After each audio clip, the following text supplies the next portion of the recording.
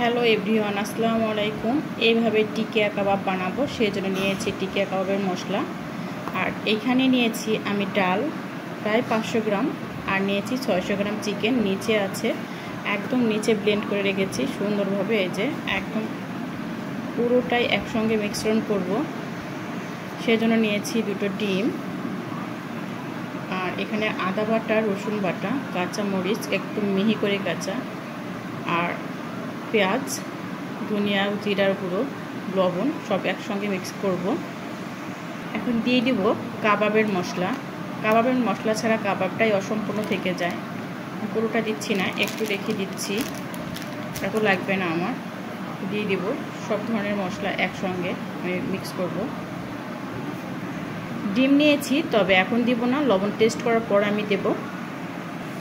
এটা মিক্স করতে করতে আপনাদের বলে দেই, এটা অবশ্যই চিকেনগুলো ম্যারিনেট করে অন্ততপক্ষে 1 থেকে 2 ঘন্টা আপনাকে রেখে দিতে হবে নর্মাল ফ্রিজে। তারপরে এটা ম্যারিনেট করে সুন্দরভাবে রেখে দেওয়ার পর এটা ফ্রাই করে নেবেন, একদম রোস্ট আকারে করে নেওয়ার পর ডালগুলো আলাদাভাবে সুন্দরভাবে সেদ্ধ করে নেবেন। ভিজিয়ে রাখবো আগের দিন রাতে।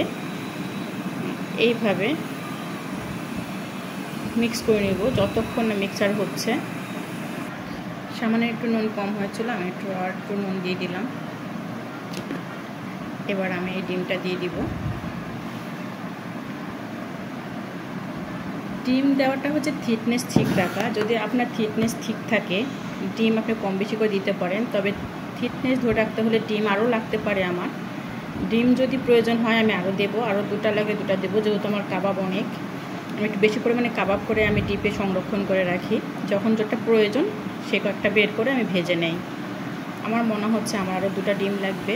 যতগুলো ডিম দেব থিকনেসের জন্য ততটাই ভালো, থিকনেস ভালো আসবে। একদম ঠিক এই পরিমাণে থিকনেস ভালো আসবে, যেন এই থিকনেসটা এইরকম হয়। এই যে এখনও ভেঙে যাচ্ছে, আমার থিকনেসটা এখনও ঠিক আসে নাই। এখন আমি আরও 2টো ডিম দিব।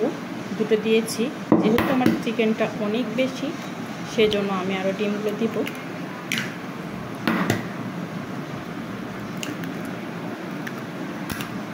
ডিমগুলো দিয়ে আমি এখন আরও ম্যারিনেট করব।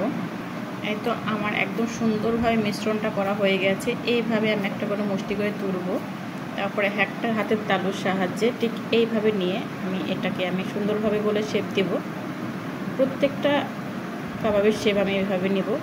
এটা থিকনেসটা ধরে রাখার জন্য ডিম দিয়েছি, এভাবে চেপে চেপে যেন কোনো ধরনের ফেটে না যায়, সেই জন্য 4 সাইড সুন্দরভাবে দিয়ে দিব। বাইন্ডিংটা খুব সুন্দর হতে হবে। বাইন্ডিং যত সুন্দর হবে কাবাবটা তত সুন্দর হবে।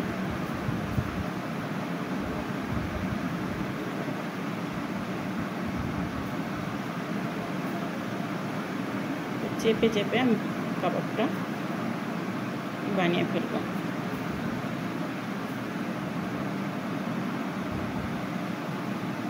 হয়ে গেল আমার কাবাব একদম সুন্দরভাবে। আমি শুধু ফ্রাই করবো তেলে, তাহলে হয়ে গেল, আর কিছু করতে হবে না।